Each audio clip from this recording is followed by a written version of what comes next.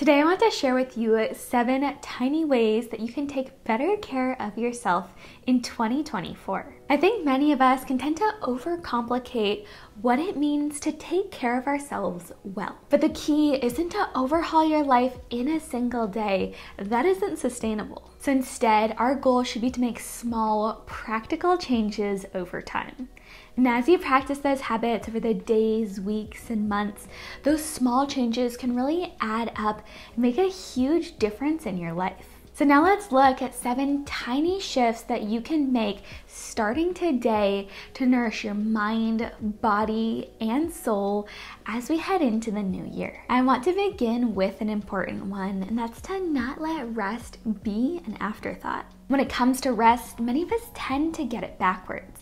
We'll fill out our days and weeks with activities and then fill in any gaps, and let's be real, there often aren't many, with rest. But instead, it can have such an impact if we begin with scheduling rest and build our lives around breaks. It's a subtle change, but it can help us to naturally slow down the frenetic pace of our lives and to approach life from a place of rest rather than busyness. And so practically on a weekly basis, this could look like beginning to practice a Sabbath, which if you're not familiar with the term, it's the biblical tradition of taking one day off each week to devote a day entirely to rest.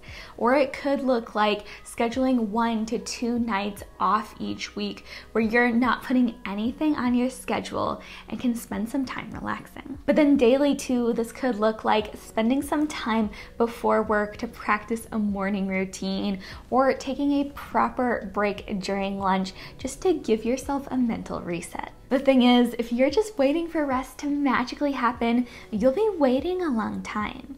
So by intentionally starting with rest, we can create a strong foundation to care for ourselves well. But then another step that you can take as we head into 2024 is to declutter your home. A great way to take care of yourself is actually to take care of your space. In fact, one study found that clutter directly interfered with participants' ability to feel pleasure in a space. So decluttering can be a powerful way to reduce stress and to make your home a more enjoyable place to spend time in. Of course, I realize that for many of us, decluttering our homes might not feel like a small task.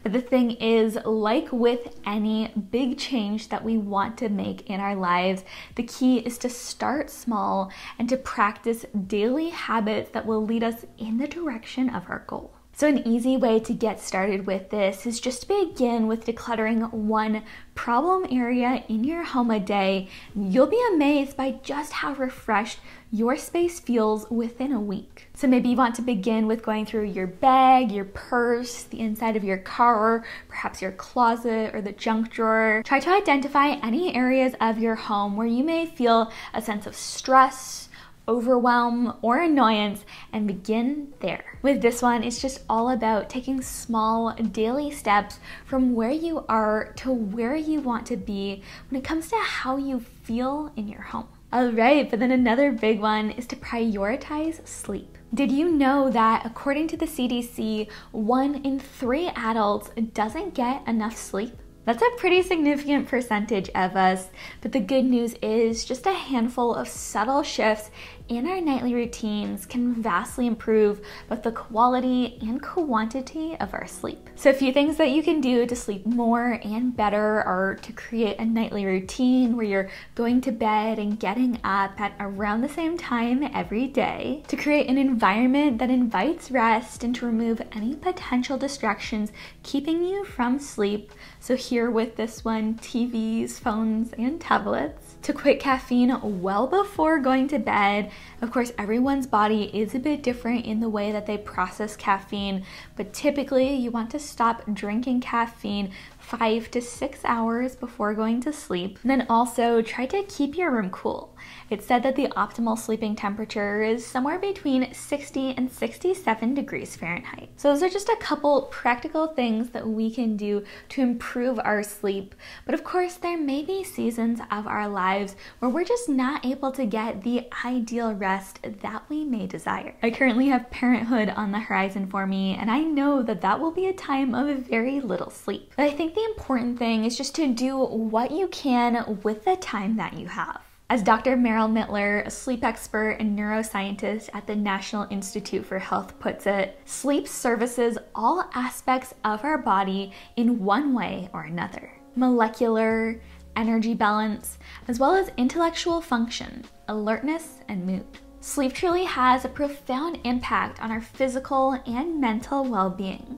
So it's important to do what we can to get as much quality sleep as possible. Then another impactful habit that you can begin practicing today is to learn to say no. And no is such a simple word, just 2 letters, but depending on how you choose to see it, it can either feel like a tremendous burden or incredibly empowering. And in the past, I'd always seen no as a limiting word, one that I associated with letting either myself or others down. But over time, I've come to see it as an invaluable tool for setting healthy boundaries. So I'm not spending above my means or packing out my schedule in such a way that I know will lead to stress and anxiety in the long run. So if saying no is something that you struggle with, I want to challenge you as we head into the new year to take stock of how you spend your time and money, and to use that small but powerful word no to make changes in your budget, schedule, or life to be better aligned with your values. And one very practical thing that you can do to take better care of yourself this year is to make any appointments that you may have been putting off. If you've been saying that you want to prioritize your well-being as we go into 2024, now's your chance to prove it. Get the appointments that you've been talking about or procrastinating with on the calendar. So if you've been dealing with sore muscles, book a massage.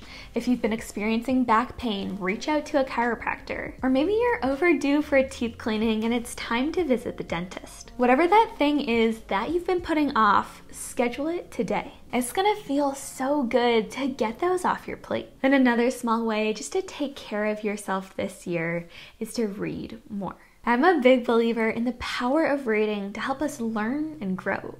Books can quite literally transport us to new worlds and change our lives. The thing is, I think a lot of us know that, but we don't prioritize it. Instead, we let our phones or TVs distract us, and let's be real, it can be a lot easier to take in a show. While I think there is a place for TV and social media, our brains engage far more actively when reading, and we can process, take in, and remember far more. And so with reading, there really is a lot more long-term value than you tend to find with digital options. So if you're wanting to ignite or to rekindle a love for reading, I'd recommend just setting aside 15 minutes a day to read and see where it takes you. Or something I like to do is to set a goal for how many books I want to read in a year.